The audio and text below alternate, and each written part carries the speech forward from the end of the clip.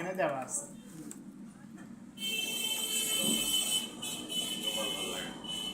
কি মিউটেশন না? হ্যাঁ, এটাকে কি বলে? নামজারি খারিজ নামজারি অনলাইন অ্যাপ্লিকেশন। নামজারি অনলাইন অ্যাপ্লিকেশন চলে আসলাম। আসার পরে এখানে ক্লিক করে দিলাম। সর্বপ্রথম অ্যাড দেখাবে ফরজ এটা। আসসালামু আলাইকুম দর্শক, আপনারা যারা অনলাইনে ই-নামজারি বা যোগ্যতা কাজের জন্য আবেদন করেছেন এবং দর্শক আপনাদের আবেদনটি অনুমোদন করা হয়েছে বা মঞ্জুর থাকে, আপনারা যদি দর্শক আপনাদের ফিডব্যাক বা কাজ করবেন এখন দেখো দেখা লাইনে ঢুকলাম। করবেন এবং আপনাদেরকে বিভিন্ন মন্ত্রণালয়ে চাকরি করবেন এবং ক্লিক করার পরে আপনাদের এখান থেকে আবেদনের আবেদন সর্বশেষ অবস্থায় যদি আবেদন করা থাকে তোমার, হ্যাঁ। তাহলে আবেদন সর্বশেষ অবস্থায় তুমি কি অবস্থায় আছে তুমি দেখতে পাবো। আপনার উপর আপনি দিলেন এবং এখান থেকে ক্লিক করে আপনি এখানে আবেদন না করে আগে চেঞ্জেস এখানে টাকা এটা শুধু আবেদনের অবস্থা দেখাই ভিডিও আর কি, এটা আবেদন করা দেখায় না। আবেদন করে দেখেছে না। ফাটাফাট দিয়ে দিচ্ছে একবার শুরু হওয়ার আগে সে আমরা নতুন নিয়মে আপনাদেরকে ই-নামজারি বা জমি খারিজের যে প্রসেস সেটি দেখানোর চেষ্টা করব এবং মূল প্রসেসটি শুরু করার আগে রিকোয়েস্ট করব দর্শক সাবস্ক্রাইব করে আমাদের ইউটিউব চ্যানেলে নতুন দর্শক হয়ে থাকেন। আসসালামু আলাইকুম দর্শক, আজকের ভিডিওতে আমরা অনলাইনে জব থেকে প্রসেস ইউটিউব চ্যানেলে সব এখন বাউতাবাজি এখানে আসল ইয়েগুলো দেখা অনলাইন নামের আবেদন বুঝছো? হ্যাঁ নামের আবেদন করার সাথে সাথে এটা হচ্ছে আগেরটা।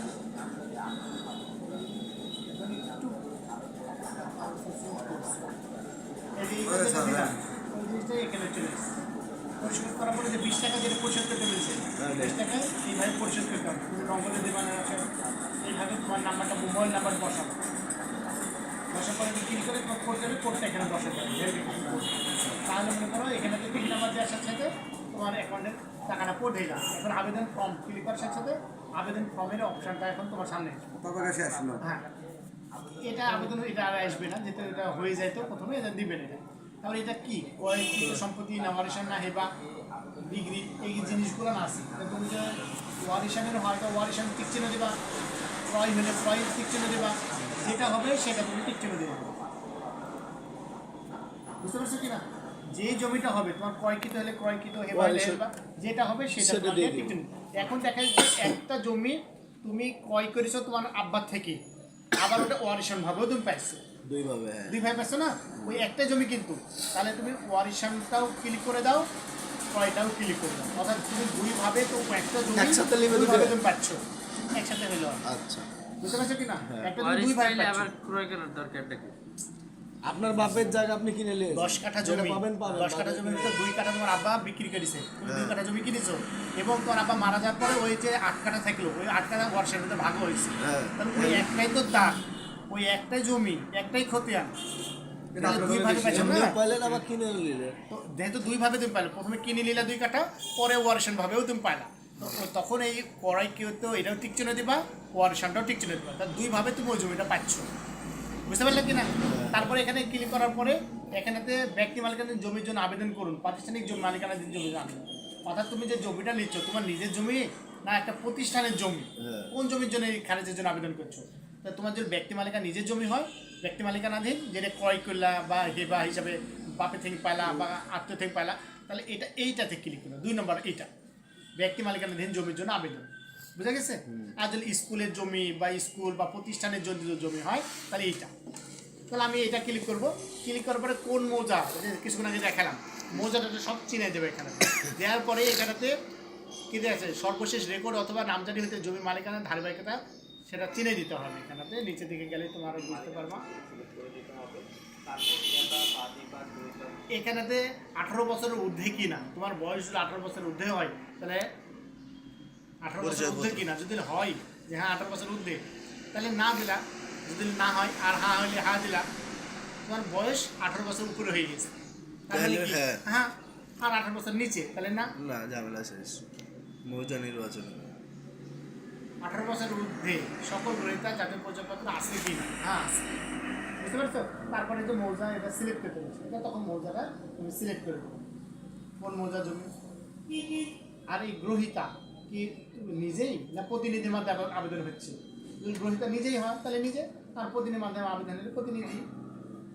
তারপরে যে জাতীয় পরিচয়পত্র নাম্বারটা যেটা দিচ্ছে, যেটা আমরা প্রথমে দিয়েছিলাম সব ওটা ঝাপসা আসছে, এটা যেন প্রথমে পরে দেওয়া আসবে না। সব ঝাপসা মেরে দিয়ে দেবে। তো এটা 2024 সালের, তো এটা আপডেটটা না, আপডেটটা না স্যার, এটা আপডেটটা না। 24 সালে লিখে দিচ্ছে। তো মূল জিনিস তো একই থাকবে, একটু এদিক ওদিক, মূল থিম তো একই।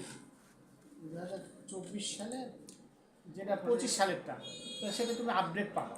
এই যে এটা আপডেট, এটা কিন্তু আপডেট, হ্যাঁ, বুঝতে পারছো না? এটা তো দরকার দেখা যায় এটা কোনটা কোনটা ক্রয় কিনা না হেবার আছে না, এখানে সব তুমি এখানে বলতে পারো। এখন মালিকানা দিয়ে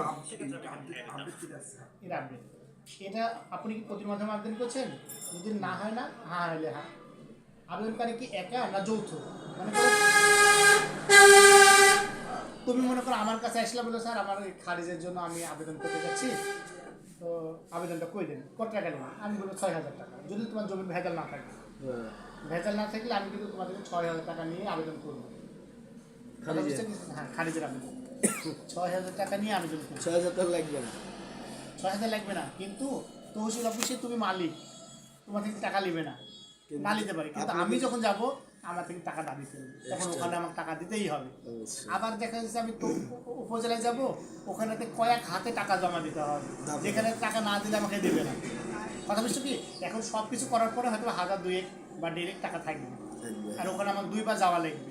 তো সেই ক্ষেত্রে আমার তো টাকা খরচ হচ্ছে, অবশ্যই। তো এখান থেকে যদি আমি যদি টাকা কিছু ইনকাম না করি তাহলে তো আমার হবে না। এই জন্য দেখা যাচ্ছে যে 6,000 নিচে কেউ করবে না, হয়তো বা 5,000 অনেকে করে দিতে পারে, লাভের পরিমাণ কম হবে, সামান্য কিছু হবে। কথা বুঝছো কি? কিন্তু তুমি গেলে তোমার থেকে টাকা চাওয়ার অনেক কিছু সিস্টেম হবে না, হ্যাঁ। এখন যেই কারণে দেখা যাচ্ছে যে তুমি অল্প টাকার ভিতরে বাইর করে নিয়ে আসতে পারবে।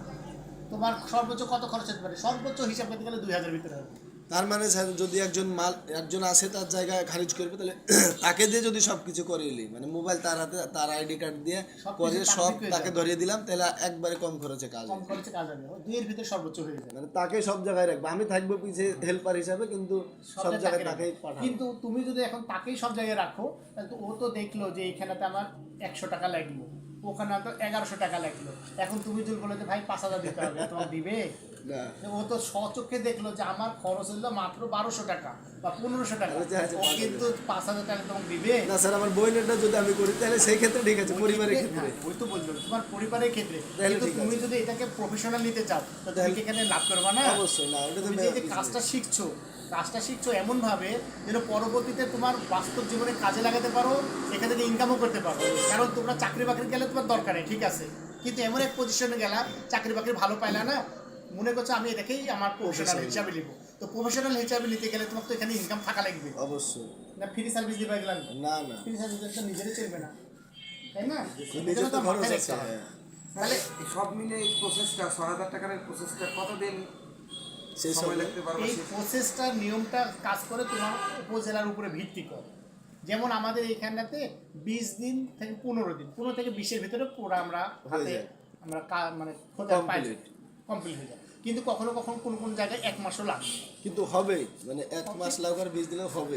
তাহলে 1500 একটু সময় লাগবে। 1500 টাকা আই করলে পেট চলবে, আর লেগে 20 দিন যাওয়ার পর গেছে 20 দিন টাকাটা আমার তুমি বুঝলা না। শুনে না, 20 দিন কথা তো বলছি। আপনার দৌড়ানো লাগবে 20 না। দিন তুমি একদিন যাবার তহসিল আবেদন অফিসে, করে ধুয়ে দিবেন, ঝামেলা শেষ। তহসিল অফিসে গেলা, যাওয়ার পরে 1 সপ্তাহ পরে আবার ওই উপজেলা থেকে তোমার কাছে মেসেজ আসবে যে অমুক তারিখে আপনার কেসের ডেট, অমুক তারিখে কাগজপত্রগুলো আপনি সাবমিট দিয়ে করুন। চলে এলাম, ঝামেলা শেষ, 2 দিন। তো ওই দিনকে আর তোমাকে উপস্থিত থাকা লাগবে, যে কাগজপত্রগুলো দেখাইতে হবে, বুঝতে পারলে কিনা? এই 2 দিন মেনলি কাজ, কখনো কখনো 3 দিন লাগে। তাহলে তোমার তো রেগুলার দরাদরি করতে হবে না, এবং আবেদনের অবস্থা কিন্তু এখানে দেখতে পাবা যে কি পর্যায়ে গেল।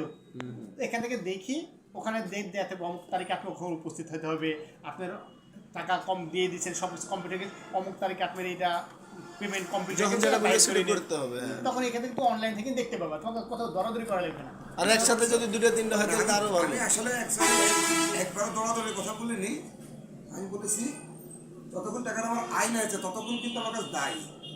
যত অল্প টাকা দেয় যতক্ষণ পর্যন্ত তুমি ওকে না কাগজ দিতে পারো তখন তো দায়িত্ব ঠিক আছে।